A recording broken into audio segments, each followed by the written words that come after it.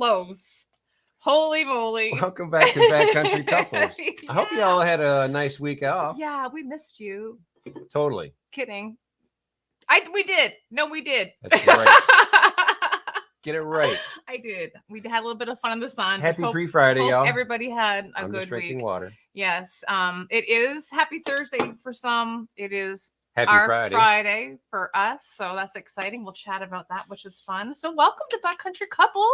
I'm Colleen. I'm Johnny. Yeah. And this is episode 30. Halfway to 60. It is. Halfway to 60. It is. So I feel like it's pretty special.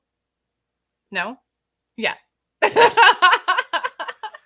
killing me, Smalls. I know. So yeah, back from vacation, super awesome. We didn't do anything. Oh, who was this? Alterations. We call this Friday Eve. Yeah, that's right. I like that. Exactly. Friday Eve. Yeah. I know. But hey, y'all, make sure you go and check the rewind on our last show, episode 29. And it was, we had, it's got green in it. It's got the green screen. So Girl and Dog Adventures, obviously we're on the show. Mm-hmm. Outside Comfort Zone, right? Who's also Backcountry Champion on Instagram. Sent a couple of stickers, so thank you. Yeah, we got those. Just got them in the mail today. Yeah, thank you so much. So that was really, really, really nice. So thank you for them. We actually got, we came home to like some mail, which was really, really nice as well too. Mm-hmm. So we got stickers from Southern Hike. Yep, cute couple who are. They're there. There we are. So these guys are awesome. So it's Taylor and Rachel. Mm-hmm. We just got to know them actually on obviously Instagram and YouTube, but they were part of our 12 Days of Christmas that we were involved in. And they're also having their first baby. So that's actually really exciting. Congratulations to them. It is. Congrats to you too. And make sure you go check these guys out. They're on YouTube and Instagram as well. Yes. Which is fun. And just today as well, we got a pet. I don't know if it's going to show up. It does. Well, it kind of does. So we got a patch and a sticker. Yep. So here's the sticker. Yep. Here's the patch. Yep. Let me turn it right. There we go. Yeah. From Misplaced Overland. They're down in Indiana. And they're in Indiana. Yeah. So, and a patch thing is a big thing in the overland world. Like everybody swaps patches and they stick them on the roofs or wherever and Velcro them on. Well, you can't say Velcro. That's a trademark. Oh. It's called hook and loop. Hook and loop. On the ceiling. Right on.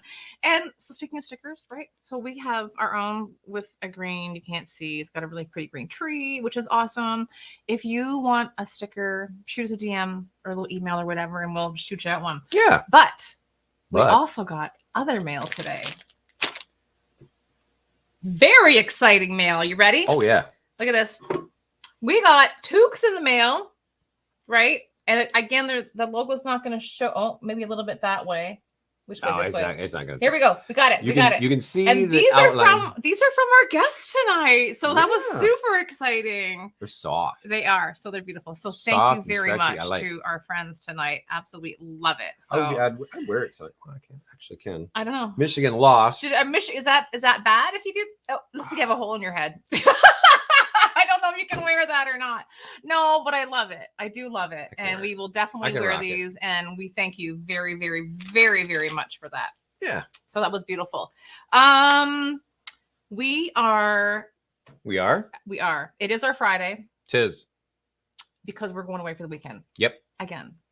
We're going to Canoe Copia. We are. Is it the largest in the world? Or in North America? No, it's the world. I checked again today. Okay. So it's the world's largest kayak and canoe. So with paddling events is kind of what they anything associated with a paddle. Right. So we're going to Wisconsin tomorrow. Mm-hmm. Lake, backcountry, rivers. Yeah. Oh yeah, it's going to be camping. Yep.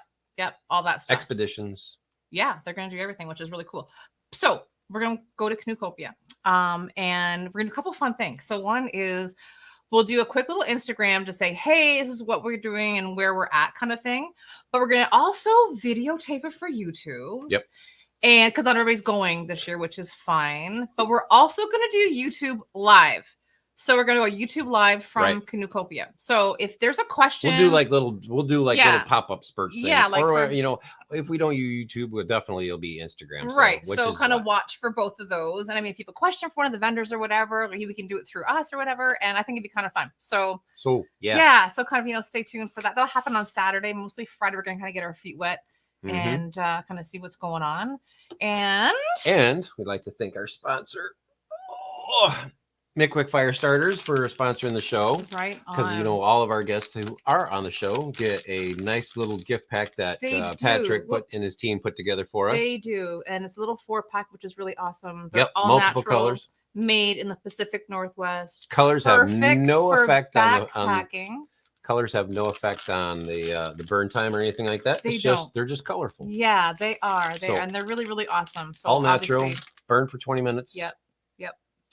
No wood products. No wood products. Anyway, we just love them and we thank them for that, which is awesome. So our guests are going to get a little package, which is awesome, in the mail. So that, if you want, you go to mickwickfires.com, use the code KeelQuest. Yes. With the little space between the word Keel and Quest, get 15% off. Whew. We don't get anything at all. Oh, but we just get the gratitude that you get to partake in a really cool product. Yeah, we're happy to share, which is like really, really awesome. So really, really awesome. Just two reallys. It's kind of super, super awesome. I don't know. Let's say hi to the chat. Let's see who's here, honey. Who do we got? Who do we have in the chat? Well, for the very beginning. Very beginning. So in the chat as we speak, we have outside comfort zone. He was the very first one to chime in. It was like boom. That's fun. He's not around tonight, though. We got Tangent Trails. All terrain. All terrain's here. Number 1. So, hey, Jason. Thank you. Canoe for Change. Hello. Hi, Glenn and Carol. Your book was fabulous. Thank you so very much for that. That was the vacation read. I haven't read it yet. No. She has. I know. So I was getting don't say anything. I know. I was just getting like canoe ready in my head. That's kind of what I wanted. It was one of 2 books that I read. I was reading Cliff Jacobson's. Yes, so he was getting canoe ready too, which is really fun. So I was reading the specs. I know, like he was like geeking out on the beach chair, but it's fine. It was all good. He's like ready, so I like that. I was poolside nerding out. All right. Who else we got? We got Mad Hippies. Hey, you too. Hi, Mom. Welcome. My mom's in the house. John's mom's. Hello. Let's see who else we got. Oh, Carlson Adventures. Hey, Brian. What's going on, man? Tanya Brownie. Hey, Tanya. Hey, Tanya. All the Indiana folks are here tonight. I like that. What we call it, Hoosier Nation. Oh, Hoosier Nation. No kidding. Not who's your nation. Just kidding. Oh my gosh. Just kidding. Doc's in the house. Hey, Doc. Hike with Mike. Hey, Mike. Hello. Waterborne Camper. Hello, Corey. Hey, wonderful. Guys. Oh, Dan and Rose are here. Dan and Rose are in the house. We want these 2 to watch tonight because we are talking about something special that they need to know about.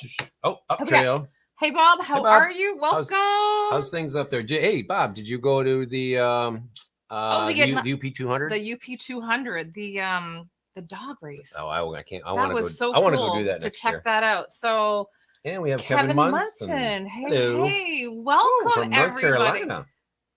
Oh, I just read about North Carolina. They have some spiders over there. Those big spiders. Ugh.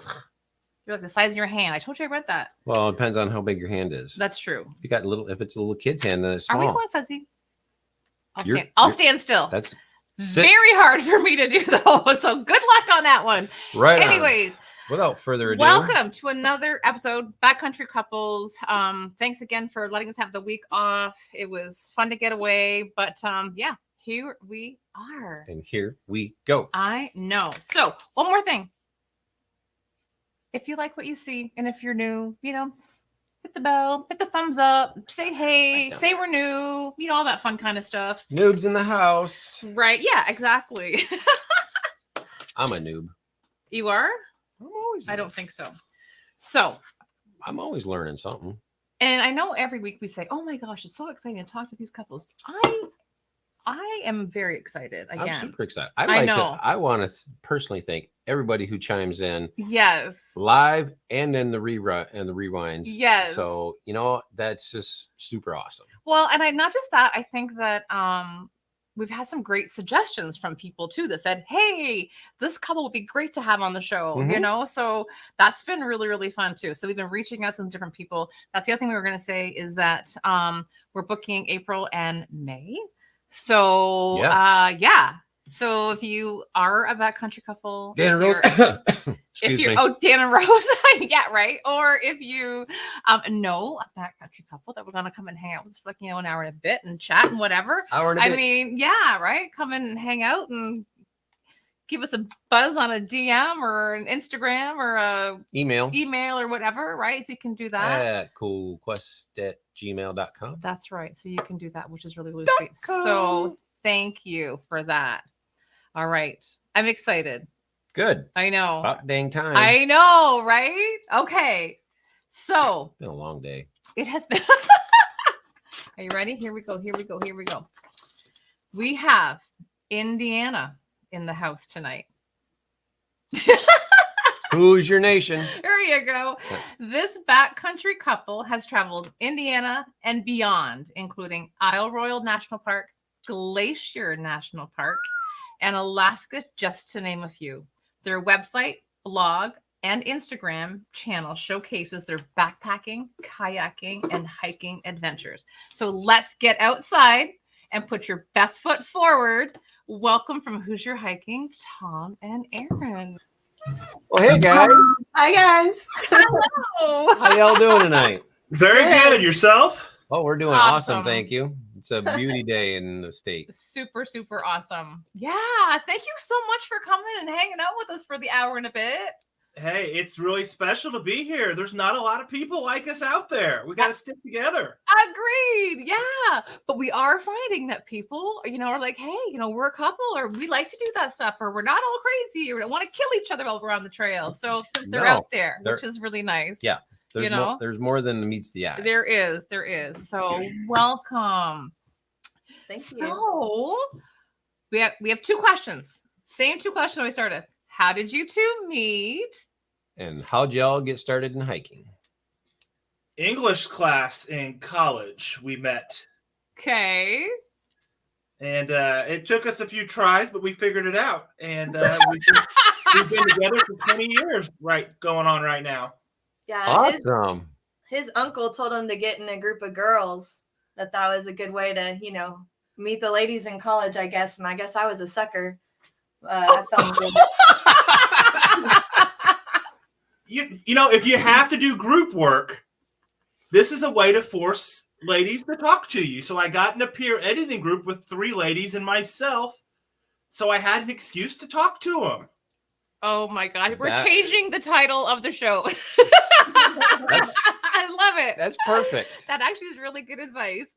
Oh my God. It took us 3 times to get it right. We dated a little bit and then didn't, and then dated a little bit and then didn't, and then timing worked out better. And then everything. Right. Exactly.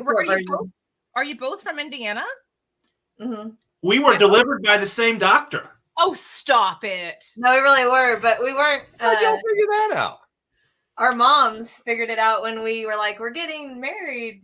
They looked at birth certificates or something. I don't know. They just knew the timing. That is so funny. That's interesting. But we didn't ever live in the same city, so that was a okay. thing, so wow. Okay, so you met in school, English class. Did you guys do well in that class?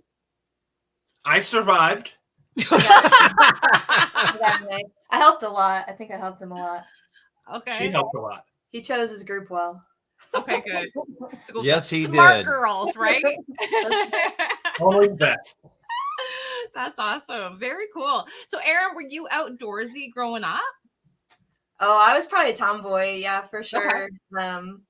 My dad was big into scouting, and they always left on trips. And I think I always, you know, thought, well, that sounded fun. But I just did everything outdoors. I think I, you know, spent more time outside than inside. Right. So pretty much it was pretty natural fit when found him, and he liked to do all of those things too. And we never really, neither of us did much before meeting each other. I mean, really, like no backpacking, okay, no real adventuring, just you know, camping, Midwest camping. Oh, some car camping before we met, but after we met, when we started backpacking. Right. Mhm. That is and now we wouldn't even talk about car camping. Right. It's almost like, not like it's a no-no, but I don't know. Is it a no-no? What are you talking Car about? camping. We don't call it that. Well, we don't call it car camping. We overland it's in the back. overlanding in the back country, right? Well, in Indiana, there's no place to overland. It's more pull into the know. campsite. Yeah. Right. This is true because our friends Misplaced Overland, who are down in somewhere northern in northern India, Like they're how? always I don't know where in how Michigan. is. They're always in Michigan. Yeah. Mm-hmm. They call Michigan Northern Indiana. Yeah. They're funny. Everyone dreams of upper crazy. Peninsula. Hey, we honeymoon in Munising, Michigan at Pictured Rocks. No, very nice. Michigan. That's beautiful. That's really awesome. I always love to say how we like found you. And we were doing our research on Isle Royal, right? And then came across some of your posts and stuff like that, and your awesome website and your food prep and everything that you do. And then we were just like, we need to know more about these two. Like, these guys got it going on for sure. So we want to talk about the dozen and kind of how you got started and all about kind of, that inspiration that started it. Well, first off, what is the dozen? So everybody I'll turn you over to the English teacher. That's all her. Who did good in English class, just for the record. Right. Everybody. Yeah. So you guys know Erinn Ralston. Yeah, we do. Tell everybody who he is and stuff like that. Quick little backstory. Quickest version, he's the guy that cut his arm off when he was trapped in the boulder when he was slot canyoning. And, then the world found out about it. But he wrote a book, and I was like, oh, that sounds like something I'd like to read. And the story of the 6 days was good, but everything else he did in between in his life and adventures and other ways he'd almost died before were the best part of the story. It's still my favorite book. But I just read that and I was like, man, we need to do more. We need to set purposeful goals and like go for it and like live life. So I said, we need an adventure. So we said, we need a name for it. So we said, we're going to do a dozen where we had to go out 12 times and hike at least a dozen miles or more in the, one night. And spend a night. And spend the night. Had to be overnight. Okay. I had to do it within the year. And we made that goal never having backpacked at all. And bought backpacks, like we knew we'd love it, and just went for it. And so we went out on our first trip New Year's Day and got rained on. Oh my gosh. And then didn't end up finishing it because I got pregnant, and we made it to like 10 or 11. Yeah. And then I was like, oh, I can't backpack anymore. Baby on board. Right. Like, we've done more than a dozen by now. Yeah, we've done way more than a dozen now. Right. So did you make up the dozen, or was that Erinn's thing? That's all Erinn. Well, we planned them together. I was like, we're going to call it the dozen, and here's the rules. And then where we went, we just kind of did it as we. I feel like this should be a challenge. I like this. We should be like throwing this out in the backpacking world. Hashtag like dozen. Yeah, the dozen. I think this should be a thing. Yeah, I mean, a dozen miles is not a backbreaker. No, it's doable. It's doable for sure. For a beginner. 6 miles in. Or if you're doing an overnighter, even that's fine. No problem. Yeah. And it makes an enjoyable trip. Yeah. You're not sweating all day, or you're not exhausted at the end of the night or anything. Yeah. We were new at the beginning. I think it's really, really awesome. So where was your first dozen at? Two Lakes Loop in Hoosier National Forest. Okay. Still my favorite. So it's a 15.8 mile loop around some lakes in the forest, and we did our first stream crossing there. We had to strip down to our skivvies and wade across a pretty cold Indiana Creek in January 1. That is right. How deep was it? It was a little more than knee deep, but not waist deep. Okay. Mid thigh. And Wow, going we've never across, done that. I was watching my step and my That was a different trip, wasn't was it? that no, I thought that was the first one. That was like the second or third one. No, that's the first one. We're such noobs. But anyway, the water bottle fell in the stream and started washing away. And our dog was with us at the time, and she had a little backpack too. And fortunately, she was well trained, and we were able to get her to go fetch it. Oh, and she brought it back, and we were puppy. Yeah, right. Yeah.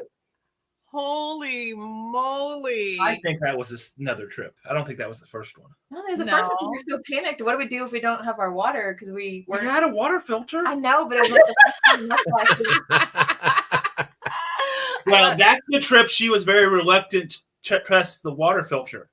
Yeah. Okay. She had never done that before. She was nervous about that water filter. Yeah. Which kind now of I think she water filter prefers was it. it? What were you using back then? MSR MiniWorks. Okay. Is that the pump? Yep. Yeah, it's a pump ceramic filter. The Yeah. little, That was the first the little gray one, correct? If I'm not mistaken. Yeah. Yep. Okay. Very good. Tanya's an Indiana girl. Oh. She said she done one night there, just a quick out and back, but she wants to go back and finish. So there you go. That's cool. Awesome. And somebody else in the chat said they eat the North Carolina spiders. Who said that? I don't know, but I was freaked out. There it is. All terrain, coffee, and camping. North Carolina spiders is good eating. Oh my God, Jason, you're bad. That's no. You just put them on a stick and fry it. Yeah, I was gonna say. Oh, the legs will cook off. But there is a little fun fact. Can I tell you something? So No. yes, about the spiders and eating them. When we were on vacation, right? So we had dessert, and the waiter said to me, he goes, "Do you want to try a little cake?" I'm like, "Sure." He goes, "It has chocolate covered grasshoppers on top," and I'm like, "Sure, it does, right? Whatever." Grasshopper. And Singular. I ate one. Cool. It was this big. It's fine, but I ate it. I was like, "Oh, I can do this," but I did it anyways. Yeah. Of course, don't make her he feel could have bad. been That's so- awesome. He could have been totally lying because this thing was nothing but a big blob of chocolate. It crunched in my mouth. It was fine. It was did Rice it. Krispie treat It in was the midnight. Anyways, sorry to sidetrack there. My goodness. So, you guys have fun trail names? That's not that fun. No, They they're are not that really fun. good. Wait a minute. So, but you each have trail. So, our couple that we had last week, I was like comfort zone. He loves to give trail names. Like that's his thing. So did you guys give each other trail names or did you run across somebody? Like how does that start first? We have another couple we like to backpack with a lot. Okay. They're sort of like our wingmen. They just go along with us. Okay. And the girls, the two wives, decided we needed trail names, and it turned into something to pass the time as we passed the miles one time. And His is a super obvious because anytime there's a down tree, there he goes. Tree walking right across it. Tree walker. All the time. Okay. Tree walker. And then I'm just Mama Bear. That's pretty boring. But you also have the pit viper striker. Oh, Pit Look at Viper. that. What's that? That's the joke one. I don't even know how that started, but it has emotion, everything. I'm the Pit Viper Striker. I think that's after too many miles, you know. they're making fun of me because I'm not a big fan of snakes. Me neither. I mean, if I have to deal with one, I will. But if left to my own accord, I'll just let it do its own thing. Right. Oh my gosh. Oh, that's jeez. So that's her trying to stir me up. His grandpa was known to like milk cottonmouths and stuff for the Boy Scouts, you know, and I think that's why he's got a little. I don't care. No. No. Oh my God. And then what about the rabbit? Well, that's. Oh yeah. When you go backpacking, He's gonna gloat on this one. Okay. I start plodding along the trail, and the rabbit is 50, 100 feet in front of me, waiting for me. Oh. And I catch up, and then she rabbits ahead again. And usually about 2:00, I'm in the lead, and she's going, "Where do you get all this energy?" Tortoise in the hair for It's sure. a tortoise in the hair. Yeah, that's what I was kind of just the analogy just popped in my head. It's like that is funny. Mhm. So She gets excited and takes off. right, I know the feeling. That's me too. You can't hold me back. But then I slow down. I want to meet in the middle again. But yeah, definitely, I'm totally with you on that. It's like at the round, I like. And then what about the goat? What's the goat from? Is it the greatest of all time kind of thing? No, or is it? I'm trying to remember that one. Was that because we were on the mountain in Alaska, or? Oh, Scramble. I don't know. I don't remember that one. Yeah, I don't remember that one. That must have been okay. I discovered it somewhere in the bowels of Instant right. Right. mm-hmm. That is so funny. Well, I gotta show you what Doc put up here. He's like, it sounds like too many miles or too much camp juice. Well, you guys we're making the Viper Striker. Yeah. So you go ahead. So who when you guys get ready to go on a hike and stuff like that, what do y'all who's the planner, and how do y'all go about planning a trip? Yeah. That's hard to say. Is it like a collab? I think we have roles. Yeah, like I'm the let's go do something. I have cabin fever. Like I want to go. And he's the make it happen and coordinate all the details. Okay. Well, I mean, I take care of the map and the driving. If there's hotels, oh yeah, I do all okay. that. So you do all that. The big trips, I've got it down to an art on spreadsheets and making plans. I do that pretty well. Okay. He does all the technical gear. He's the gearhead of the family. Okay. I have the trails. We're doing 30 days on Isle Royal this summer, and I got all the trails mapped out. She's the one with the reservations, and we're going to mail the food on this day to arrive on this day and all that.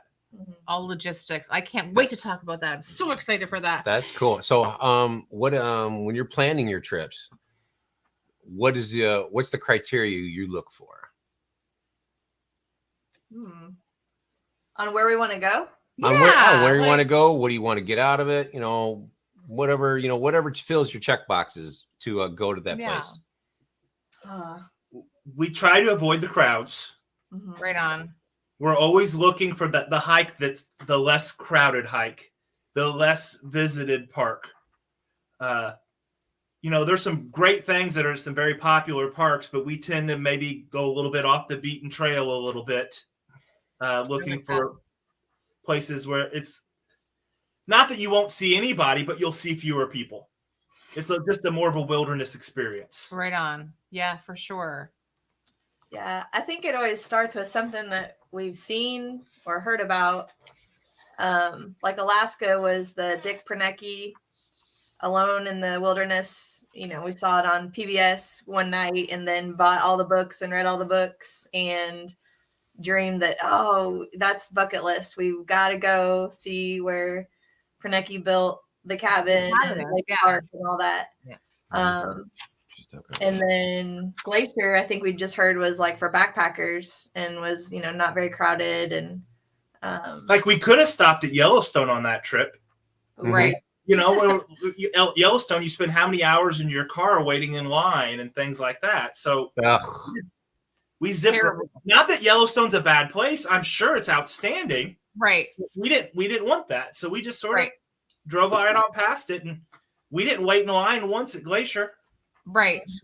Well, let's talk about your trips then, right? You've done a few that we already have done, but also you've done some that are on our list, one that's actually upcoming this year. Yeah. And I think we want to know more about that. So let's talk Glacier National Park, because we're going in September. You love it. You will love it. Are you doing east or west? That's what we got to figure out. So we're going so we're gonna go up through the UP, right? And then kind of go like that way. We're taking M2 up and then taking it all the way across. Okay. We're taking the slow route, so we're taking a nice leisure scenic ride, and we're gonna flip this into like a 2-week trip. Yeah. Outstanding. That's the only way to do it. Okay. Yeah. So tell us how you plan that trip then. That one was our first big, long trip with a lot of details for backpacking. Mm-hmm. But I think what worked out best for us was like doing a small backpack and then coming out and then going back in and then coming out and going back in and doing it like a bunch of like pieces. So we wanted to see as much as we could while we were there, and when our time's limited and whatnot. Right. So we did like a 3 day back, 3 nights out. Then we came back, spent a night in a hotel and cleaned some clothes and laundry, got a meal, took a shower. Then we went back out and did 2 more nights out backpacking. Then came back and got another shower and cleaned up. Then we went out the next day and did 2 more nights out backpacking. Right. So then you just like drive to the next trailhead kind of thing, like to take off from? Is that what you're doing? Yeah. Okay. Got it. Yeah. And that worked better. So we could kind of plan food and clothing and everything and like trip 1, trip 2, trip 3. It also kept a pack slider. You know, I wasn't. Oh, 100%. And we didn't want to like commit to just one section of the park and have that be the only little quadrant that we saw. Right. So that was another thing is like, we're like, well, if we're here for a couple days, then we can go to the other side and see, you know, different things. So then you asked us about like, are we going east or west? So is one better than the other? We preferred the east side. It was much more a backpacking side of the place. Really? Okay. And the west side was more touristy. Okay. Gotcha. Okay. Well, that's good. Yeah. That's what we want to know. That kind of information of like, you know, what it takes to get into these spots. So when you're out there at Glacier, what time, let's tell everybody know, what time of the year was it when you went? So we went in July and we started, like, I guess our first real spot was Cody, Wyoming. Okay. Oh, we've been there. Oh, yeah. Cody, Wyoming on the 4th of July, and did the rodeo and the parade. And it was the best 4th of July ever. And then went on up into Glacier and then looped back out through Badlands and did some, you know. Okay, so you had a pretty epic trip then. It was pretty good. That's cool. We started off in the Belly River area, which is northeast Glacier. Okay. Yep. And we really liked hiking down through the Belly River. There was all these meadows and great mountain views. And then we stayed on different lakes and whatnot. Okay. When we were there, the park rangers still were recommending stay out of the mountain passes. There's so much snow. Oh, okay. So they didn't. Interesting. They would say the trail was closed in certain areas, but some people were doing it anyway. It just depended on your skill level and all that. And that was our first time in this neck of the woods. And we, you know, if the park ranger says it's probably not a good idea, we tend to do what they say. Your warning, absolutely, for sure. Yeah. Now, if we went back a second time, we might bend the rules a little bit. Okay. Could you feel more confident maybe this time? Feel more confident. Yeah. Cool. Wow. Dan and Rose were talking about bear spray, and I was pretty nervous about the bears, and they were everywhere. The footprints. I've got a couple pictures on the website of Rockhopper's shoe next to the bear paw. Oh gosh! That, you know, were not there when you walk by, and we saw a bunch. Went a little cinnamon bear at the end of one hike. We came around the corner, and our son goes, "Is that a dog?" Yeah, it was a little guy. No, it's not a puppy. Well, there's a little guy. There's always a big one. But a cinnamon bear, are they more like a black bear? Like they're just kind of a little more. Yeah, it's a black bear with a blonde or whatever. Yeah. Well, I was reading on some of the campsites that they have like electric fences around their campsites. We didn't see that. Maybe we were more remote than some of the problem areas. Maybe, maybe exactly. Maybe not like we're more the touristy food dropping kind of thing. Yeah, the bad food people. So one of the cool things about Glacier is they have one common eating area and one common food storage area. So you have these diverse people from all over the world arriving at these 5 campsites, and somehow they all end up sitting around together talking and eating. I love it. And it sort of creates, you meet people. Yeah. It's like a family style dinner. You know, a communal fire at the end of the night is always nice. And yeah. I'll bring the green bean casserole. Yeah. But I mean, that's sort of what happened at Glacier because you all had to have your food together. The food all had to stay in one area. Right. Sorry, I was getting in focus. And then there's bear lockers there though, right? Yeah, they all had. Well, some had to hang. Or like a bear pole, right? Okay. Yeah. And did you have to use bear canisters while you were actually traveling, or no? No. No, they You said did it not. wasn't that big of Okay. a deal. We thought we might have to, but we started Right. calling and talking to rangers, and they said that's not really a problem. Okay. How were the bugs that time of the year? We That had answers my question. Did you? Huh? Did Her you read chuckle right off the bat. It's like, about okay, that? yeah. The bugs were bad in the belly. They were really bad in the belly, like really bad. They were Was it UP mostly- bad. was it black flies it or black flies? or mosquitoes? No, just mosquitoes. Wowzers. But it had rained. The trail was very wet, and we were maybe earlier in the season than you're going to be. It's still my favorite trail, but it was awful, and I forgot my head net. Okay. And this man right here, True Love, gave me his head net. Oh, What a guy. good job. So the strange thing in Glacier that we've never had happen to us anywhere else is you'll be walking down the trail and there'll be a mule deer on the trail and they walk right up to you. And you saw almost have that. to look at them and say, hey, deer, move. We're people. Mhm. You know, and we had deer get within arm's reach of us. Come on. I mean, it looked like it was close, like the photo Wow. and the video you were taking. Oh, it went, yeah, It was. right. Oh my right god. up there. Yeah. And then you saw those little things I'd never seen before, but last week the marmots. Marmots. Yeah, they're they're cute. awesome. They were really They're little awesome. chubby things. They're great. Are they like friendly too? They were pretty skittish, but Okay. they would, we were back far enough. They would do their thing, and we could watch Okay. them. That was really Okay. fun. That's funny. So Dana Rose have a question. Did you do that cliff edge hike? I don't know the exact name of the trail. And then So that's the Tangent, Highline Trail. he says called the Highline Trail. So did you do that trail? We got up there, we looked at that trail, and it looked like It's What like is- Disneyland. yeah, It there was like Too many people. absolutely packed, one person after the next. Everybody, if you'd taken the picture they took and then spun it around, it would have looked like just a crazy line of people. And we're like, nope, Terrible. not for us. it was like No. 30 feet between parties Okay. on the trail. And Okay. it's an awesome trail. I think it's probably a really cool trail. Okay. I It was wasn't busy. interested in doing it with that crowd.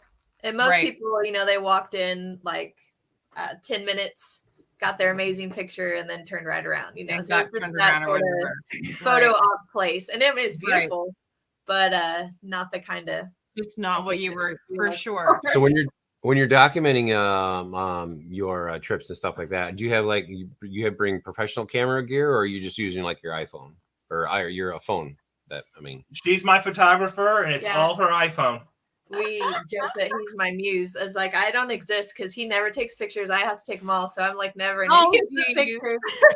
But no, the iPhone. I got a GoPro at one time and thought, Yeah. I'm gonna really get into doing this right, and the iPhone is so convenient and lightweight, and it takes Agreed. pretty much everything that any of that other stuff does as well. So no, just an iPhone. That is so true. Perfect. So if we were going to go on a day hike, because people say we camped a spot in Glacier, where is there a day hike that we would do? Do you think anything pop Well, into your what do you consider a day hike? Good question. head? Is that I 6 mean, miles out and back, or is that 6 miles total? well, let's do 10 miles. let's total. do 10 total and see what comes out with for there. Where'd go to Comey? The Rose Creek Oh, Trail. yeah, that would be nice. Yeah, you could do that. It's pretty up, but I was Well, gonna say they're fit. They're in shape.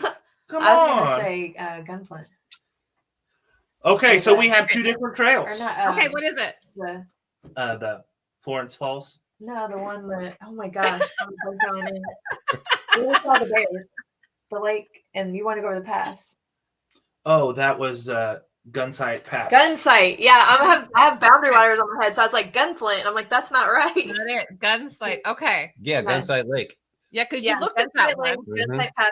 I would do that because it has a lot of different types of things, bridges and waterfalls, and you get up to the lake. And if you really had it in you, I guess you could, probably couldn't do a day hike to the pass and all that, but you can come out both directions. It just had a lot of different things.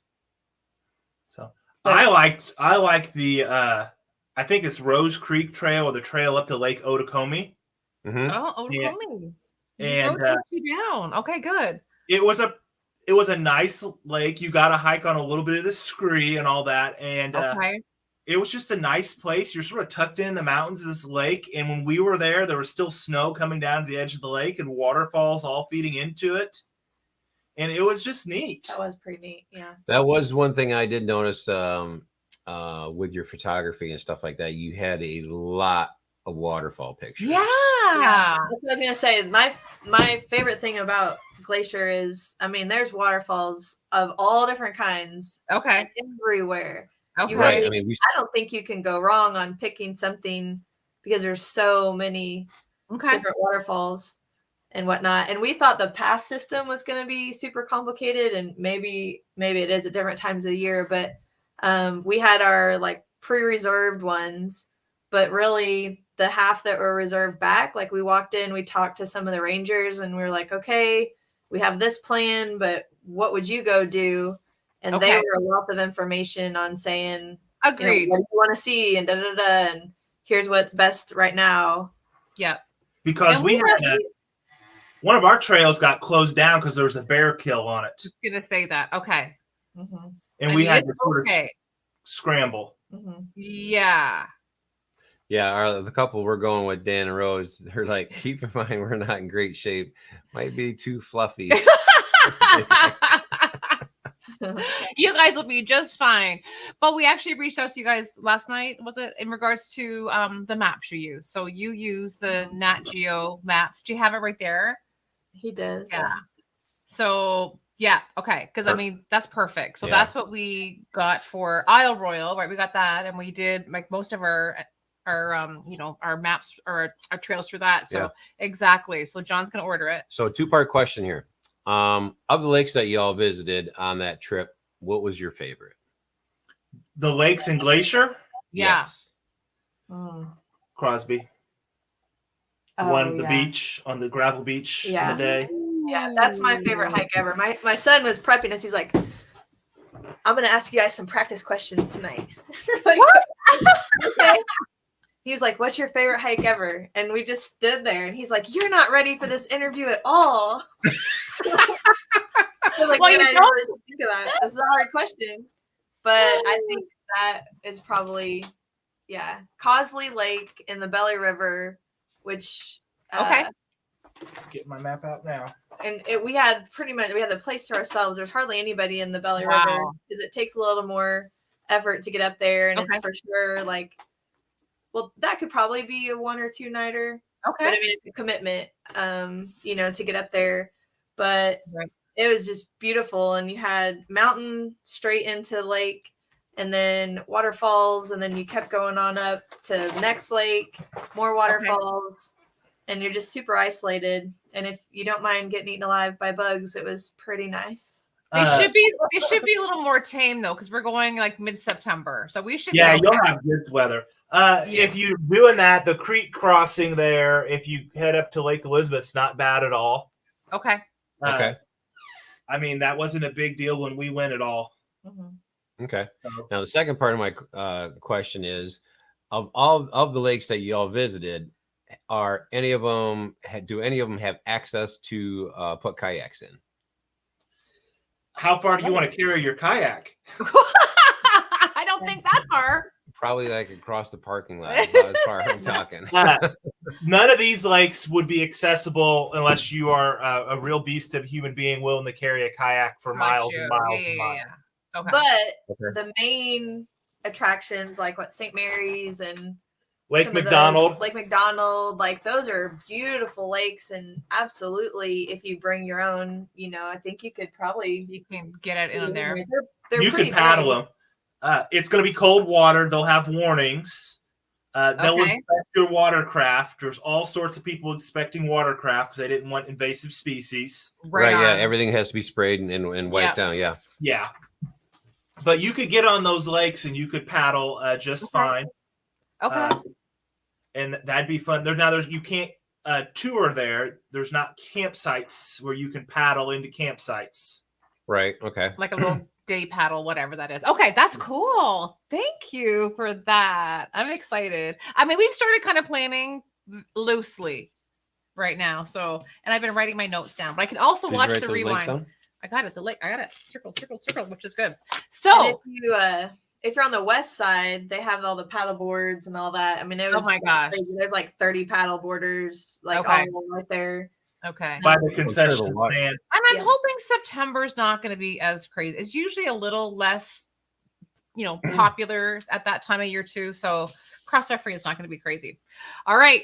You did another big trip that's been on a bucket list for us and other people too. Oh, Alaska. We got to talk Alaska. Like seriously. Yeah. So I am like you, Erinn. I love to plan the trip. I'm logistics. John's a researcher. Like he likes to get all like the little nitty gritty kind of stuff. But I'm just the gear guy. That's true. But I like to go from A to B and how I get there and all that fun kind of stuff. It took 4 flights to get to where you guys were. What was going on there? Well, you have to fly from the Midwest to the West, and then the West to Evansville, Alaska. Evansville to Denver, Denver to Anchorage, Anchorage to Port Ellsworth, Port Ellsworth to Lake Clark, or Upper Twin Lake. And did the planes get smaller and smaller and smaller? Yes, the planes got smaller and smaller and smaller. Last one was a plane. And before we get too far, I want to say, I wrote a grant for this. So I always feel like I see all these things on Instagram and I'm like, how do people do this? How do they afford it? We're pretty basic, but I wrote a big grant and received it. And so that's the only way Alaska was probably ever going to happen for us. Throwing that out there. Wow. So, who did you approach? Did you, asking for a friend. So we'll talk later. So did you plan this by yourself or did you use a guide up there? It was all ourselves. Wow. Okay. We never used the guide. Mm-mm. Okay. Yeah, just did a lot of internet research and calling and asking questions and making sure we know. I think the worst thing is to show up a place and not know the differences in Midwest to there and then be making stupid mistakes. So calling and getting our bearings and making sure that we've thought of those things is good. But being a planner, what was the bucket list things that you wanted to see while you were heading up there? You know what I mean? Like even taking 4 flights to get there is incredible, going on what's the famous highway? The Seward. Yeah. Seward Highway. Yeah. Or Seward Highway. Sorry. Seward. And it's just kind of it's crazy. All those things that you're going to see all at once. It must have been so surreal, Yes. Our worst part was that we had all this planned, like I said, with this grant and had committed to it. And it's our one shot to go do it. And then COVID hit and we had already made all our reservations. And so we're down to where everyone was okay, are we going to get to do this or not? Is it safe? Is it not? And then the week before we were supposed to go, Alaska finally lifted letting anyone in the week before, but they said only if you've had the test, the negative, you have to have a negative test within 3 days. Okay. And at that time, no one in Indiana was allowed to get one unless you had COVID. So I was here we are days from going and we're not going to get to go, which was, scary. Is should we go? Was a factor at the time too. Is it irresponsible to go? And then anyway, so getting all that coordinated, we had to go over to Illinois to actually get the test, and then they were negative, and then we could go. And the results came in 2 hours before? Oh yeah, it was like, we were leaving on Saturday and the office closed, Friday in 30 minutes, and we didn't have our results. We're like, oh my gosh, it was so. Talk about stress. I know, and down to the wire. You know what I mean? Some really good nurses took really good care of us and made it possible. Yeah, they're like, that's awesome. Yeah, that's really awesome for sure. So you guys did what I always call like a hybrid vacation. Do you know what I mean? Like, it's not just straight old backpacking. It's not just straight hotel. It's not just straight cabins. I mean, you got a cabin, a home base, you go this, whatever. And I like that. So that way you can kind of explore more, incorporate different things, right? So yeah, tell us some highlights on Alaska. So we'll start off like the Windsong retreat. Oh. Well, that was sort of the jewel of it. Yeah, that was the one place everything went around doing that. Like, that was the one thing we most wanted to do.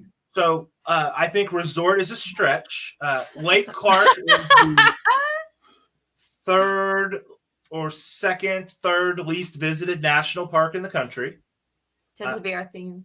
Yeah, I think it's number 2. It may be the number 2 least visited.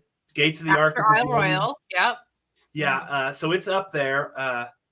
And you're in the middle of nowhere. And there's just this guy by the name of Gary who happens to own 2 acres of private land. And there's no showers. There's nothing like that. You carry a 5-gallon bucket of water up from the lake and you filter it yourself. And there's a pit toilet out back. And you got a mat outside your door with nails through it to keep the bear away. And it's just hiking upon hiking upon hiking. And fishing. If you're going to go somewhere, you either paddle or you walk. Okay. And wow. So straight up primitive, right up. Mm-hmm. I mean, it's very primitive. We enjoyed it. We loved it. It was 30 miles, from anything, like 30 miles from anybody else, really. And then float plane in, land on the water. Okay. And then they took off. And because of COVID, Gary said, it was Gary and us, the whole week. We saw one float plane come in on the 4th of July. It happened to be the 4th of July again. Came out on the 4th of July. That was it. And he said, this is probably as close to what Dick Pernecki had. Because every other year, there's so many people, coming to him, so many people, coming in on float planes that there's all that, air traffic. And there was one plane the whole week. And it was awesome. So lucky. That's cool. That is that is like your own hotel, like your own reservation for yourself kind of thing. That is incredible. It was gorgeous. It was incredible fishing. My son caught more lake trout than you could shake a stick at. There was a point where we casted 8 times and caught 8 fish. What? Is he just lucky? Perfect. I mean, that's the way fishing should be, right? Yeah. I'll agree with that. Absolutely. I know. Except the optimism is always at the end of the fishing pole, right? So, but it's considered trailless. So if you want to go somewhere, you just start yelling, "Hey, bear," and start walking. Okay. And did you guys see any yet while you're all up there? Every day. We saw bears every day. Grizzlies every day. Wow. Now they were how close? Mostly on the other side of the lake. Through the spotting scope. With the spotting scope. But right where we had been hiking during the daytime. So it was he's like, remember where we were, there? Then grizzly bear right there. 4 hours later. Okay. Where we're picking blueberries, going, these blueberries are almost ripe. Let's eat a few of them. No big deal. And, an hour, 2 or 3 hours later, you look across the lake, the spotting scope, I was right there. And now there's this giant bear. I'm going to have nightmares tonight. No, I know. No. Grizzlies, yeah. Oh, my God. We did a little hike up just north of Michigan here, or in Michigan, and the Jordan River Pathway, and we walked right through this whole patch of raspberries. And I'm like, there's raspberries, there's teddy bears. So where there's blueberries, there's teddy bears. I know it. Yeah, but the teddy bears out there are way bigger. Yeah, I know. You're part of the food chain out there. Yeah, you had your bear spray, obviously. We had did, bear spray. Yeah. And there was one hike we turned around because it was going kind of up and down through the valley, and it was just really like overgrown vegetation. And there was the animal trail that, we were following. But it was so unnerving that we're going to spook up a bear. We spooked up a moose. We spooked up a moose, and a moose is just as dangerous as the bear. 100%. I think mooses are worse. Mooses? The mooses? The moose are worse. Well, we've had moose encounters too, so. Yeah. Wow. Matt Hippie just says, wow, sounds amazing. A mild version of Alone. I feel like it kind of is. You know what I mean? Wow. Yeah. But I mean, I don't know. Like, did they tell you to have a gun with you? What guys? You guys are like there, or? People have done that before. Okay. It's complicated to take a gun on 4 airplanes for Yeah, right. Exactly. Gary, the guy who owned the place, he had a gun there. Okay. But I mean, by the time the bear would be done eating us, by the time Gary got across the lake to us. Fair enough. I would have asked if I could carry. I would say, "Hey, can I borrow this?" I don't know. I mean, I don't know what the rules are. So we watched. Go ahead. Sorry. Go ahead. No, you go. Go. They really say that unless you have the right caliber and know what you're doing and aren't shaking, that the bear spray is more effective anyway, because their sense of smell is so intense that if you hit that bear spray right, it's probably more effective. Right. That a bullet would probably just piss them off and then they'd eat you faster. Right. No. I'm just having that vision. It's like, I'll eat you faster. I know. Oh, right? Now you're seasoned. Oh no. Exactly. No, I was gonna say that we watched this guy from Canada called Sean James. Have you heard of Sean James at all? He's just a guy who built a cabin by hand in Canada. But anyways, he was fascinated by Dick Prenicky. And you read it down. You're gonna love it. Yeah, exactly. You can watch the rewind. It's always fun. So we had never heard of him before, and then we kind of got like enamored by the whole thing. So you read the book. You were like fascinated, right? You got to go to the cabin. Did you? Is that who controls the cabin? National Park Service. Okay, so they took over it. Okay, so and do you have access into it? Everything's laid out like he was last there. But we were there, like I said, right in the middle of COVID pandemic, so it was all closed. But we were all around the outside and look in the window. Yeah, we looked in the window. So when Sean went, this was prior to, he was out there for a week with a group of guys, and they were doing wildlife photography. But he kind of went off and did his own thing, and he actually went into the cabin, and that's really cool. It was really cool to hear about the story. But yeah, I'm intrigued to read the book now. I know. I feel like it's going to be on our list now. That's really awesome. Thanks for sharing that. Love it. What's your takeaway from Alaska? And would you go back again? We're planning another trip. 100%. We want three things that I really want to do. Okay. I want to backpack in Denali. Okay. Yep. I want to go fishing for halibut. Ooh. Okay. We found we really like halibut. So okay. And I want to do more of the U.S. Forest Service cabins where you backpack into the little Forest Service cabins. We love those too. Nice. Have you ever done the Porcupine Mountains? Yeah, yes. We did that. So it's very similar to the Porcupine Mountains, maybe not quite as nice. Okay. But it's a cabin with a mall and maybe a little splitting firewood and some plywood bunks. I love it. They're like $30 to reserve for a night. I know. Well, you guys did buckshot, right? We've done buckshot before. We've done big carp, little carp. Okay. We've done 4 of them. Yeah, we did Mirror Lake.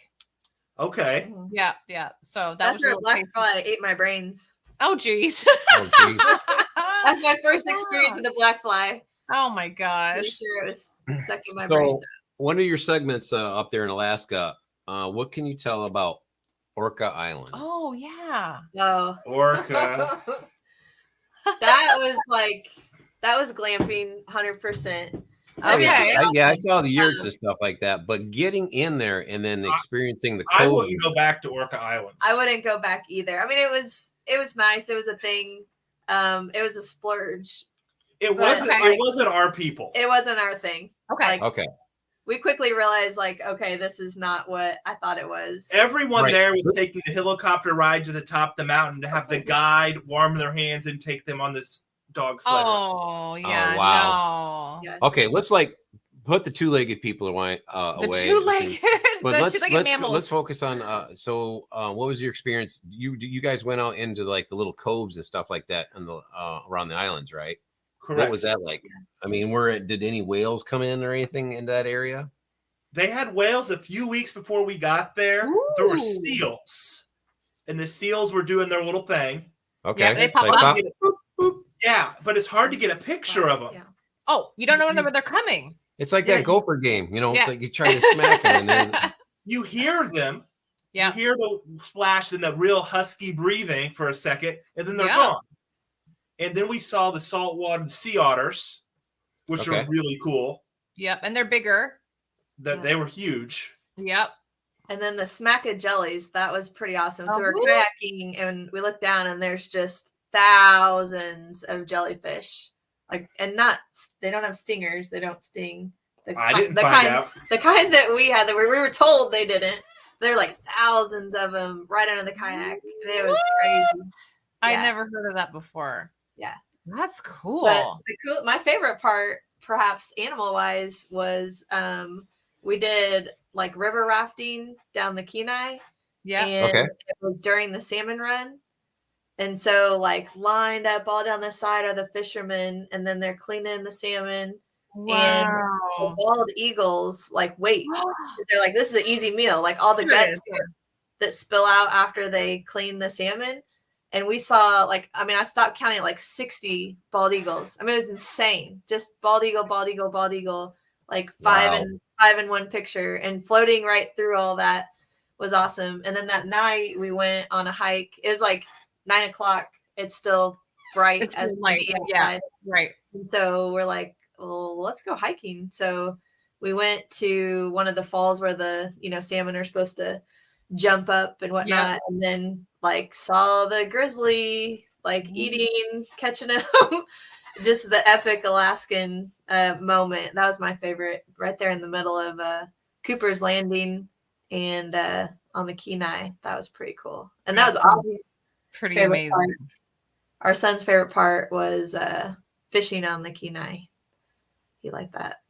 That's awesome. that's so cool. It is so cool.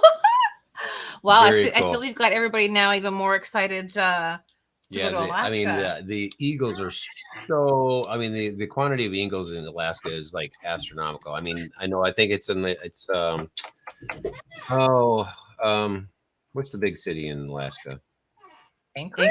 I think it's Anchorage. At the city dump, they're like they call them garbage birds because they're Yeah. like you go to the city dump and you said there's like I can't remember where I read it in some article or something like that, but eagles are everywhere around the dump. Oh, probably. But it's crazy. I mean, Right. I mean, when we're out here in Michigan and stuff like that, and we see one go across the highway or Sure, and you or get excited. paddling, hiking, it's like, ooh, cool. I know. You go out there and it's like, oh, they're just like crows around in our neighborhood. I know. Yeah, really. That's probably true. Yes. Yes. We have to talk Isle Royal. It has been my favorite spot to go so far. Like, Oh yeah, I can't even tell you that I'm sure you know that we took the seaplane over, and the minute you see that, the islands, the archipelago comes into view, you just go, holy moly, like we are going someplace special, right? The seaplane's the way to do it, man. That's nice. yeah. Oh, but you Did guys fly in? did both. Didn't you do the boat and the seaplane? Yeah. We've done both. Yeah. Okay. So this is our fourth time this summer to go. Okay. So Right. we went backpacking first, and then we went back and took our son, 2 years later, With the seaplane.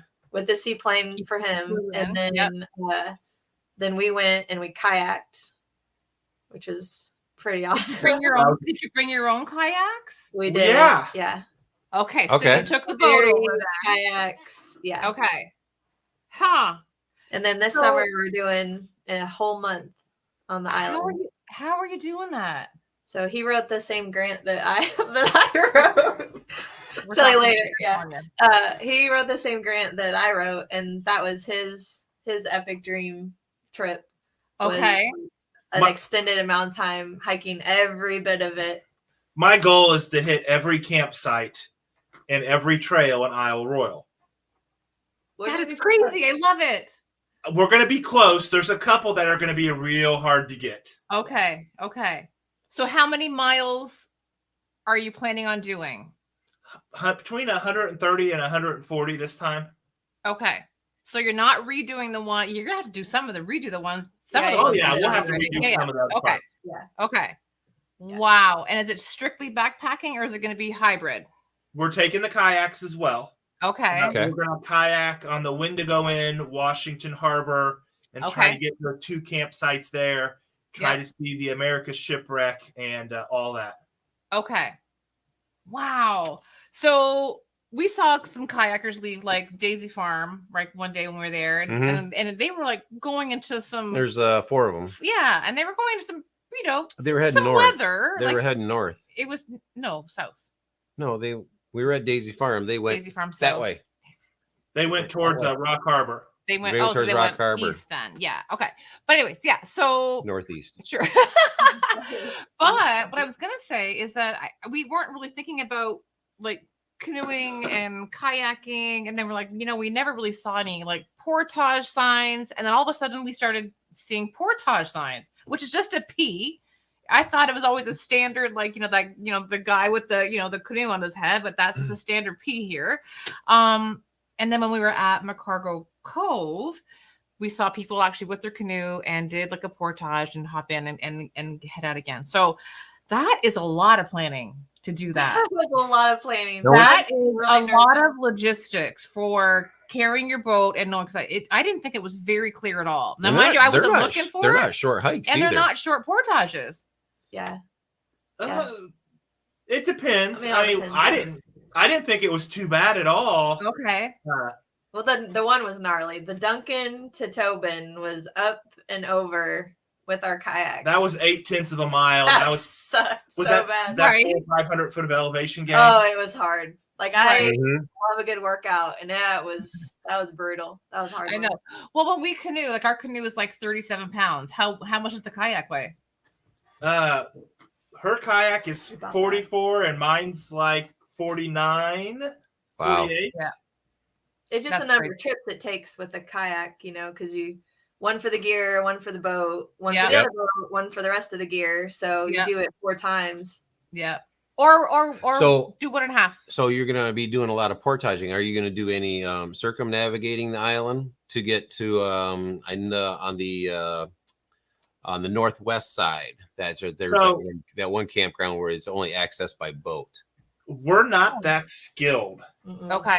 Too Midwesty. Not enough big lakes here. I would love to say we could. Okay.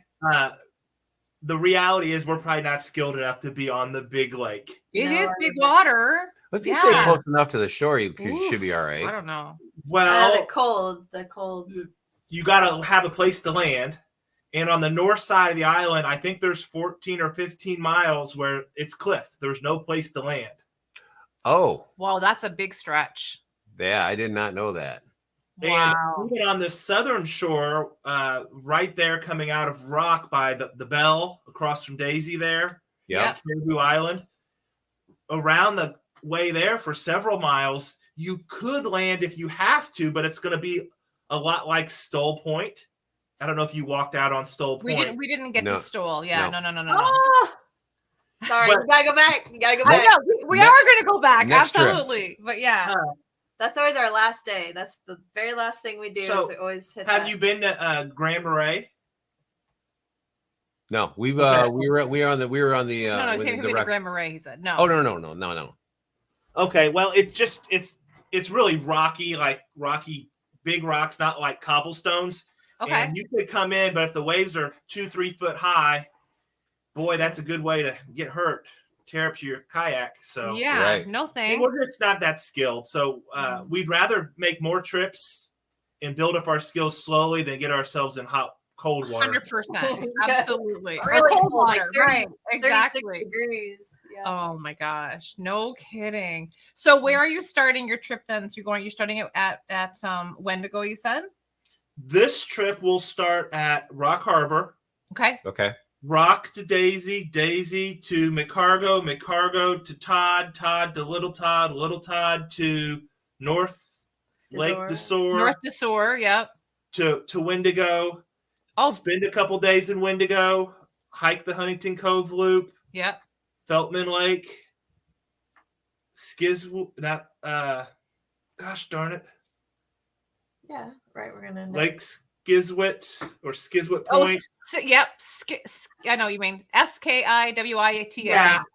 Then Island Mine, then South Lake DeSore, then not McCargo. I know she's just said McCargo, so it's the same. Muskie? Yeah. Not Muskie. No. We like Muskie though. Isn't that beautiful? Maloney. Yeah. Maloney, there you Maloney. go. Maloney Bay. Then we'll take the taxi back. Right. Taxi. Take a day or two to rest. Water taxi. Water taxi. We're picking up some of our friends who I don't want to call them noobs, but they're a heck of a lot less experienced than us. They're our hiking people. Okay. And we're going to take them out to Chippewa Harbor. Yes. Then Chippewa back to Muskie, Daisy, hit Mount Ojibwe, bring them back to Rock, then do Lookout Louise.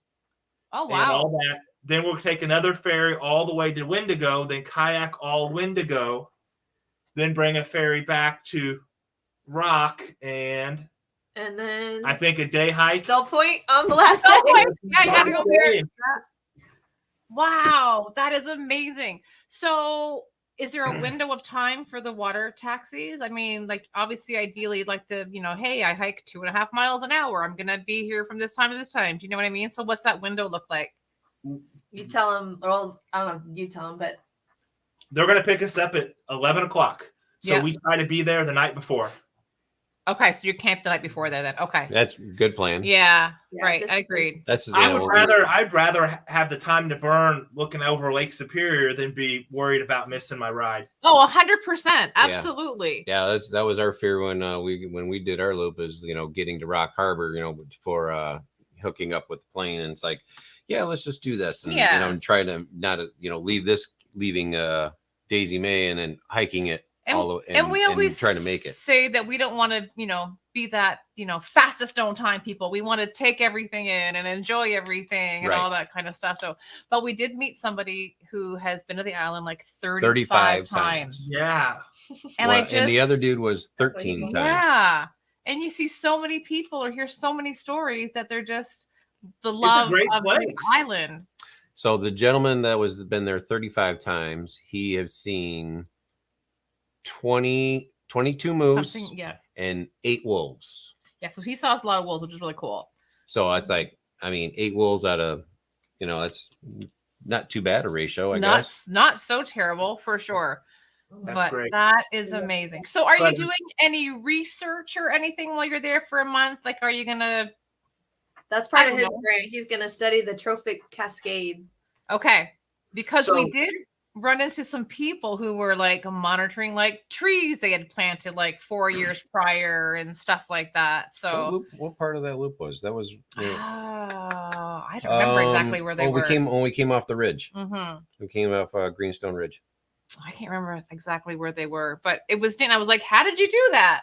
And they said they were part of a school. And then we ran into some scuba divers who were the same thing. They were doing so they were scuba diving the island. They were part of the and they were the USCIS, weren't they? No, that's immigration. No. They're out of. Anyways, oh no, it is something like that though. Yes, you're right. They're out of Ann Arbor, but anyways, they were doing research of the island.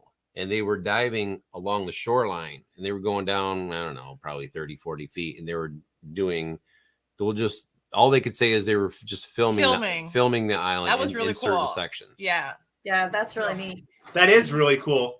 That's cold water to go filming in. Really cool. Right on. They had dry suits. Oh yeah. Yeah. That's cool. I was asking every diving question. It's like, oh, okay, that's cool. So Mad Hippie want to know exactly how big It is. So Isle Royal's what, about 41 miles long and about 9-10 miles across? I think it's about right. Yeah. I thought it was 8 40. or 9. Yep. Something like that. Lots of little islands around. And if you go north-south, you're typically going up and down hills. And if you go east-west, it's not too bad. That is true story. Right. Mad Hippies are in Colorado, so they're a little, farther away. But yeah, it's everybody needs to get to Isle Royal for sure. It's definitely on our list. Nobody needs to get to Isle Royal. Sorry. Yeah. No, I struggle with that on Instagram sometimes. I'm like, do we talk about Isle Royal? We love it so much. Like, I know. Don't talk about it. But the thing is that you have to have time and effort to get there. Not everybody wants to make the timing and the planning to go by boat or to go by plane because you can't drive there, which that makes it that much more accessible for us and inaccessible for other people. So, So what's you guys' take on things like that? I mean, like in Hoosier National Forest, there's a couple campsites. There's a waterfall or two or a place that we're really hesitant. Do we tell everyone where this special spot is, or no? We're the No. I'm saying to you, I wouldn't. No, and if you got like a special spot that you go to, no, I wouldn't say anything about it. Like, but, I mean, in a general area, it's like, go to Hoosier, hike this trail. That's nice and stuff. Right. I mean, like, exactly. So like in your own backyard, right? Indiana, you guys have there's beautiful stuff there, like gorgeous stuff.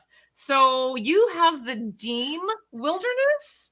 Yeah. That is correct. Yeah. And I didn't know anything about that. Like, we have a bunch of friends who are from Indiana, and, we watch like hiking stuff or whatever. And all of a sudden I was like, Indiana is like really pretty, and there's like lots of choices and stuff and lots of places to hike and gorgeous. But you did this beautiful backcountry guide. Love it. Tell us about it.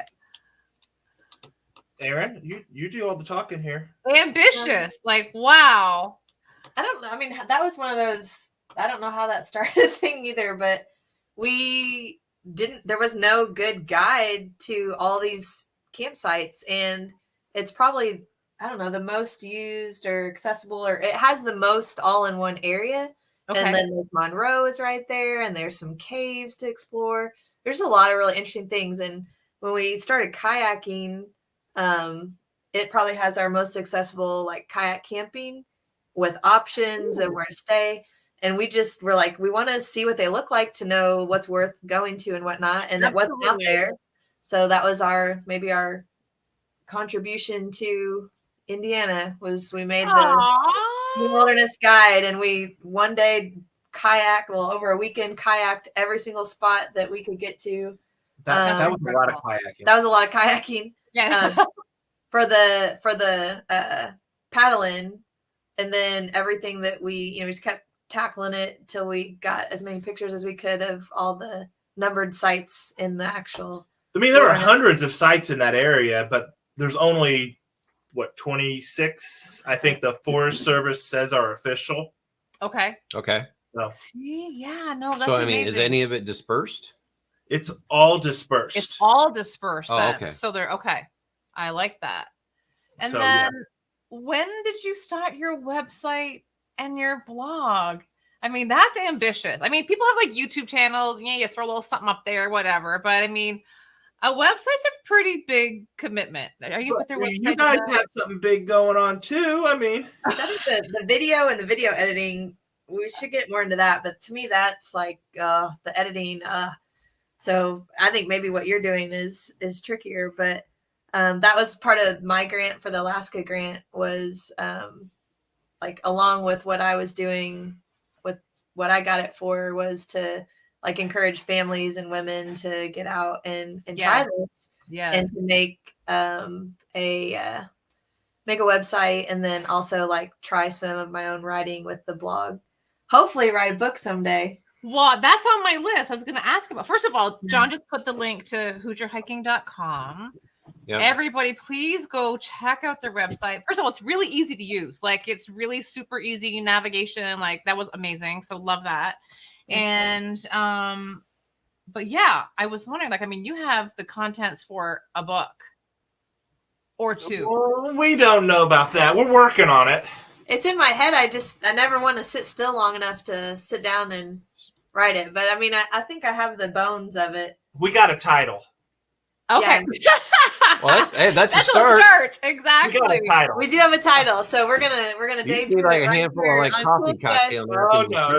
Everyone's going to use our title. Backcountry couples trademark it right here, right now. Right on. Exactly. You ready? Oh God. This is actually perfect for backpacking couples. So it's Wild Nights, 100 Nights in the Backcountry. I like it. It sounds like a bestseller on Amazon. Do Uh, it. No, it's not. It sounds like you're gonna have like Fabio on the cover or something like that. Right Oh here. no! Like Big. with his long flowing hair, with like the wind and I know what you mean. Like one of those romantic books. You mean? Yeah, I know. Like what's called the Harlequin romance or whatever. there you go. Oh my God, that is so funny. No, but I feel like you should do that. I mean, we've been asked, We've been asked to write an article, and I have like two like chapters left.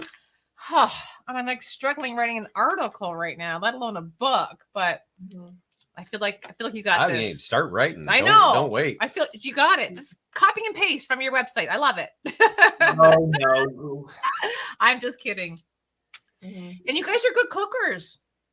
Like you, that's We can boil water. We like to eat. That's not good. That's good. No, but because you know how I said how we found you earlier is that we were looking at different like things to do for backcountry, and we found Hoosier Hill. No, Hoosier Hill Farms. Hoosier Hill Farms. And powders. Amazing. Oh yeah, stuff, right? I mean, I think it came across where I first found it was I was just looking for like heavy cream or something or I whatever. was looking for heavy cream, like to make a sauce, right? And then all of a sudden we're like, what? And then I found your stuff so good, right? Amazing. But macaroni and cheese stuff, butter. I'm gonna say that everybody who but so jump with the link obviously in the chat to your website. Everybody go check out your like the food blog or like foodie, I think it says on the little tablet. Trail Foodies. Trail Foodies, so good. You are like there it is. I like it because you have like your measurements are they're basic. It's not all like fancy pants stuff. It's like it's the real deal. You use a Mylar bag. You use what you know what I mean? Like it was just very simplistic, very easy. Everybody has the stuff in their kitchen, or it's easy to get at the grocery store. So that was well done. I love that a lot. Mm-hmm. Started dehydrating this week for next week's adventure. So that's on my list. What's happening next week? We're going to Utah. You're gonna go visit the Utes. So it started with Rockhopper was like, we've never gone on vacation. Like to him, every time we go, it's like an adventure and it's gnarly and it's work. So he's like, I just want to go, sit on a beach with some sand. So we had, he and I were like, yeah, it's great. We'll do the ocean. It'd be awesome. And then somehow our sand turned into backpacking in the desert in Utah. So we got sand, but it's once again not a lazy vacation. Created an adventure. We can sit on the beach when we're old and gray. You can. My days are getting numbered. Wow. Everything's breaking. So you're flying in? Mm-hmm. Vegas, yeah. Okay. Very cool. Get a vehicle and head up to Capitol Reef. Yep. So there's 5 national parks in Utah. And of course, let's go to the one that's the least visited. That's our MO. So where are the people not? Where are the people? Exactly. Love it. And we're going up there and we're going to learn about this thing called a Bureau of Land Management land. Okay. And we're going to camp somewhere out there in the desert. I'm not sure where. I'm a little nervous about it. And then we're going to try to hike into Capitol Reef National Park and hike some slot canyons. Amazing. Ooh. I know. That'll be interesting. It's when things what's the temperature up there and stuff like that. If there's any we're looking at a high on Saturday because that's all the further my forecast goes out. Okay. 58 and a low of 22. It's be chilly. Mm-hmm. That was last week. There's no such thing as bad weather. Oh, I agree. Bad gear, bad training, bad preparation. Right. That is a true story. Yes. Are you afraid of snakes then when you get out there? Because I know that you don't like snakes, Tom, but 22 degrees. I think they'll all be asleep. I like that idea. Okay, good. I don't like them either. At nighttime, yeah, they'll be I know. curling up underneath your tent when staying warm. I know, because I know someone had said that they'd gone to like when the Grand Canyon, they got those UV lights. No? Does that sound familiar for that? No? That's for scorpions. Was it for scorpions? That's for scorpions. Oh, maybe that's for Because scorpions. okay. You know, they glow a little at nighttime. Okay. Yeah, the scorpions glow. Oh, no, thank you. Well, that sounds like a fantastic trip. So we'll see what we need. We'll put it on the website at some point. See what we come up with. We'll add Capitol Reef to the list of parks. Get my blog going again. But if we like it, we might go back. There's a lot of the overland people out there with the big 4-wheel drives and like a camping rig, and they drive out in the desert and do cool stuff. Yeah. We'd have someday to get our 4-wheel drive out there for a summer. There you go. Right. I know. One of our friends, they are out in Idaho. There's tons of trails and stuff in Idaho. Mm-hmm. We want to go. We want to get out to Idaho. We will. It's on the list, right? Like everything else is on the list. State. Idaho's on our list as well. Yeah, for sure. Go together. Amazing. You guys have been fun. And it's gone so fast, like an hour and a half. Yeah, almost. Is that all? Okay. It's been an hour and a half. That was quick. Yeah, I know. I just looked up at the time. I was like, what? Feels like it's only been 20 minutes. I know. I feel like, it's awesome. You know, you guys, and thank you so much for sharing your amazing stories. I feel like you've inspired a lot of our people.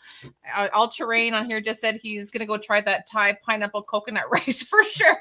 Hey, pineapple is the hidden secret of dehydrated food. It's amazing. Oh, geez. So sweet. That is true. It is so good. That's awesome. The hiking guy just joined us, and he's an Indiana guy. I don't know if you're familiar with him. Yeah, exactly. Tony, Indiana too. So it's awesome. So I want to leave everybody with a quote from these two. I'm assuming it's from Erinn, but I don't really want to assume that. No. It's not that bad. I mean, you said it. Are you ready? Or one of you two. I'm not sure. So I honestly feel like this is like it's like the perfect quote for backcountry couples. It's a closer. It's a good closer. It might have to be a tagline. I'm not lying. Hopefully it's not copyrighted. There's some English teachers here, but here we go. But anyways, I want to say thank you so much. All right. I'm going to end with this. You. And then John, you guys have been so good. Yeah. Are you ready? So here's to all the backpacking couples out there. To dinner in the backcountry and a week in the same clothes equals true love. True love. True story, right? Oh my gosh. So everybody head on over to Hoosier Hiking. They're on Instagram. They have a website, of course. So much amazing information. I feel like we could have definitely long chats around a fire with you two. And I feel that that would be in the works maybe soon too. So that was really awesome. Good luck with your property. Find someplace cool. We're trying. We're working on it. As soon as something comes available here. Yeah, we're I'm just putting your link back in the chat there again. I'm posting your links back in the chat again. Yeah, so make sure everybody gets there. We go. Beautiful. Wonderful. Well, thank you so very much. All righty. Yes. Thank you. It's been so awesome. So sit tight and we're going to drop you down here for a second. I don't even know where to go next now. Well, I do. Glacier's already on the list. Alaska sounds amazing. Like, holy moly. We got Canada in the books. We got lots going on, but that was really amazing. So thank you very much, Tom and Erinn. You guys are lovely and so awesome. I agree. And thanks to everybody in the chat for hanging out tonight. I feel like everybody got some information on some really cool things. And we really didn't even dive into how awesome Indiana is as well. So I feel like that's something that everybody should maybe check out there could be on their website. There could be a part 2 to this interview. I know. Well, we have that up our sleeve though, with a little backcountry couples revisited or something. We don't know what that is, but it's something like that. So thanks everybody for hanging out. Again, next week Thursday. It's St. Patty's Day next Thursday. Yes. So And we have. but we can't wear green. We can't wear, we can't wear green on a green screen. You wouldn't see us on a green screen. It'd be just like our heads. That's all you'd see. Right? Exactly. Yeah. Be like that would be. Yeah, that'd be really. That'd be kind of weird. That'd be kind of funny. Just like a couple floating heads. I don't know. I'm gonna try it. Oh my god, no! I feel like that's just weird. Anyways. Hey, didn't you ever see Harry Potter? Mm, all right, never mind. She's So, not a Harry Potter fan. I am not. So that's what's going on. But stick around for us for this weekend because we're heading to Canoecopia, and we'll do a little Instagram live, a little YouTube live, and yeah. Oh, Donald, yeah, we're gonna see you Saturday. All right. So Right. we'll be wandering around the show. Right. We'll be there, as soon as the doors open. Yeah. And, yeah, we got a lot of stuff to do, people to see. Short time frame, but we're definitely going to connect or reach out to us or whatever, and look forward to it. And You'll see Colleen. She's gonna be wearing a hat. It's gonna have a Keel Quest flag going like this on top. Like so not true. I'm making one. Anyways, thanks again so much. We'll see you next Thursday. Get your Guinness, get your Lucky Charms, whatever it is. I got my kilt. You have a kilt. I do have a kilt. I have I have a utility kilt. He does. All right. I'll probably wear it for the show. I think you should. He's got nice legs. Get out of here. All righty. All right, y'all. Thanks so much for joining us on this episode of Backcountry Couples. Yes. And we'll be back next week better than ever. You got it. All right. Cheers, guys. Cheers, y'all. Be safe. Check us out this weekend. Peace out. Oh, I hit the wrong button. Okay, let's try it again. Part